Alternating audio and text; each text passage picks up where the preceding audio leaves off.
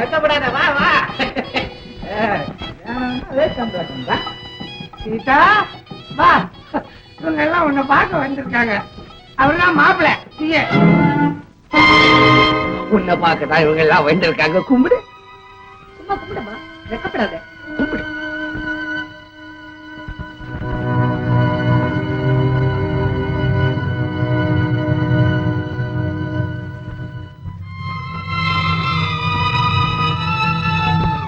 சரிங்க, பொண்ணு ரொம்ப பிடிச்சு போச்சுங்க. ஆமாங்க, இந்த மாசத்திலே மூர்த்தத்தை வச்சிருவோம். சரிங்க, அப்ப நாங்க வரட்டுங்களா? ஐயோ, சரி தம்பி.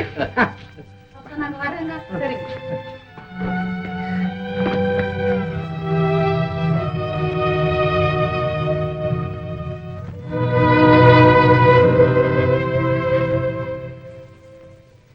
சீதா,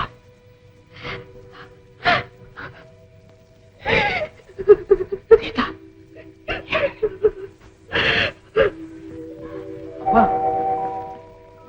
அவங்க எல்லாம் யாருப்பா?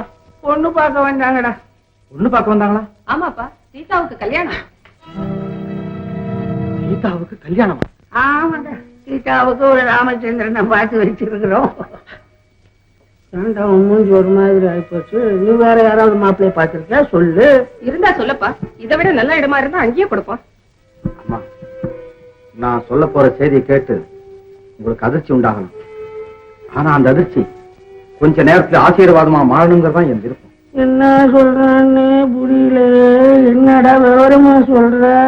அப்பா, சீதாவை காதல் என்ற பேராலே அவனை டச் பண்ணிருக்கானா? சொல்ற, அவனை என்ன செய்யறன்னு பார்வேண்ணா. நான் தான்ப்பா. ஆமா, சீதாவை நான் தான் கல்யாணம் செய்துக்க போறேன். பாத்தியா, வீட்டுக்குள்ளே ராங் சைடுல அடிக்கிறான் கோல். ஃபுட்பால் சாம்பியன்ல இதை என்கிட்ட சொல்றதுக்கு வெக்கமே இல்ல? அப்பா, விருப்பத்தை சொல்றதுக்கு வெக்கம் என்னப்பா? எதுடா விருப்பம்? உன் இஷ்டத்துக்கு அந்த பொண்ணை வச்சிருக்கேன், என் இஷ்டத்துக்கு கல்யாணம் பண்றதுக்கு அந்த பொண்ணை வச்சிருக்கிறேன். டிரைவர் பொண்ணுசாமி கிட்ட கொடுத்த வார்த்தை குப்பத்தட்டுல போடுறதாடா என் கடமை. என்ன ஆகுறது? என்னடி நிக்கிற? உன் சைடுல ரெண்டு வார்த்தை பேச. ஏன்பா, மாப்பிள்ளையெல்லாம் பார்த்ததுக்கு அப்புறம் திடீர்னு இப்படி சொன்னா நாங்க என்ன செய்ய முடியும்? விசித்திரமா பேசுறாயோ. அப்ப மாப்பிள்ளைய நான் பாக்கலன்னு வச்சுக்கோ, இவனுக்கே கட்டி வைக்கிறதா இருக்கிறியா? என் சைடுல பேசுறீன்னு சன் சைடு பக்கம் பேசுறா. இந்த வார்த்தையை நீ விட்டுறோம்னு சொல்லிட்டேன். சீதாவை என் மனசார விரும்புறேன். எப்படிடா அவ பர்மிட் இல்லாம நீ எப்படா விப்ப? One side விருப்பமாடா? அவ சம்மதத்தை பெற்ற பிறகுதான். பாத்தியா? அப்போ அடி பாவி சொன்னியடி, என் மகன் உத்தமே. அப்படிலாம் நம்ம பசங்களை தப்பா நினைக்காதீங்க. அவளையும் போய் கன்சல்டிங் பண்ணிட்டு தானே வந்திருக்கிறாள். கடைசியா சொல்றேன், கல்யாணம் செய்துட்டா சீதாவை தான் செய்துக்குவேன்.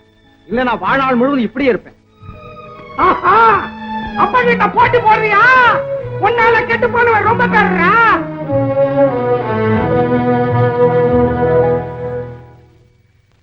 பாத்தியா, அவன் மகன் பேசலட. கட்டிக்கிட்டா அவ்வளவுதான் கட்டிக்க வேணாம். இல்லன்னா கவுண்டல் தடுத்து சன்னியாசம் போயிடுவானா? ஏன், அந்த பொண்ணுக்கு என்ன அழகு இருக்கு, குணம் இருக்கு. ஓஹோ, மதர் சன்னு எல்லாம் கனெக்ஷன் தான் போல இருக்கு. செட்டப் பண்ணி வச்சிருக்கீங்க. இல்லைங்க, எனக்கு கூட இன்னைக்குதான் தெரியும்.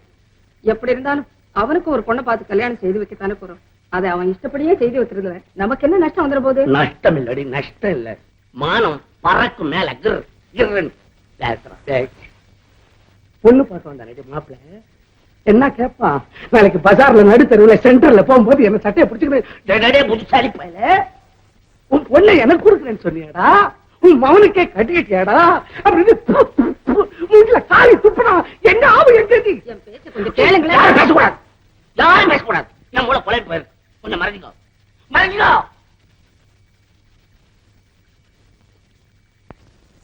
ஒரு பொண்ணு அவுட் ஹவுஸ்ல தனியா வச்சா இப்படிதான் வரும். இந்த அறிவாளிக்கு இது தெரியாம போச்சு. பவுடர் டின் எடுத்து மூஞ்சில கொட்டிக்கிறது. நவராத்திரி பொம்மை மாதிரி ஆம்பளைங்க பசங்க இருக்க இடத்துல குறுக்கா மறுக்க டர்ரு புருன்னு நடந்தா எவன் தான் கிடமாட்டாயா?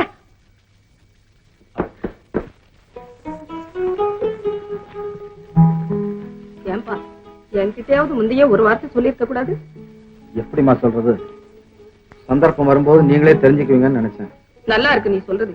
அந்த பொண்ணை இங்க தங்க வைக்கிறதுக்கு உங்க அப்பா கிட்ட அனுமதி வாங்குறதுக்குள்ள எனக்கு போதும் போதும் ஆயிடுச்சு. இப்ப உன் விஷயம் வேற.